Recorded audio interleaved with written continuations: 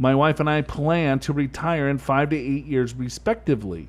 We max out our contributions to an HSA, my Roth 401k, her 403b account, along with her annual $7,000 backdoor Roth. But there just isn't enough, there's not enough extra income to also establish a brokerage account. We currently have 80% in pre-tax and 20% in Roth, with a conversion strategy of eventually reaching a more even mix by utilizing farm rental income for paying the taxes on the conversion. My question, would it ever be feasible to put money into a brokerage account in lieu of maxing out a 403b? It seems counterintuitive to continue to put money into the pre-tax savings only to convert it to a Roth after my wife retires. We're in the 24% tax bracket, and our projected retirement spending will probably keep us within that tax bracket range or even higher. FYI, I'm neither an engineer nor a professor, as Joe has surmised that's what you thought in the past. Yeah. I'm a nurse. Oh. Okay. Who's become a transition project manager, helping hospitals move and open new hospitals, and thus a walking spreadsheet who needs to plan for everything. Thanks again for taking my question. Kevin in Denver.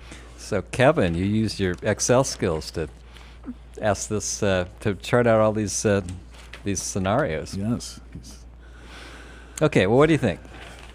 Okay.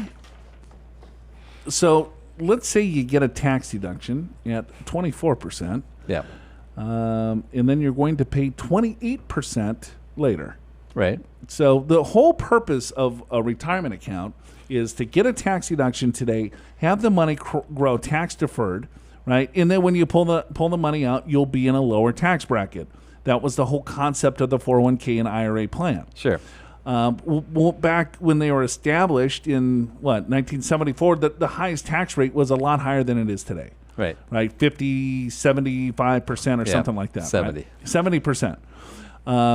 So if I'm on the top marginal rate of 70% and getting a tax deduction, the likelihood in the tax deduction, it was a lot larger because of the tax rates were so much higher. But over time, tax rates have gone down.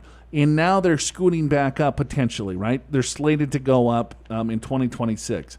So I know for a fact Kevin from Denver has done the planning. He's done the spreadsheets, and he's kind of taken a look at, with the conservative growth rate, conservative inflation, what tax bracket potentially do I think I'm going to be in? And I think he's right on. If you're going to pay 24% tax, do you put that in a retirement account, have it grow tax deferred, and then when you have to pull the money out, you pay 28% in tax? That doesn't make a lot of sense to me.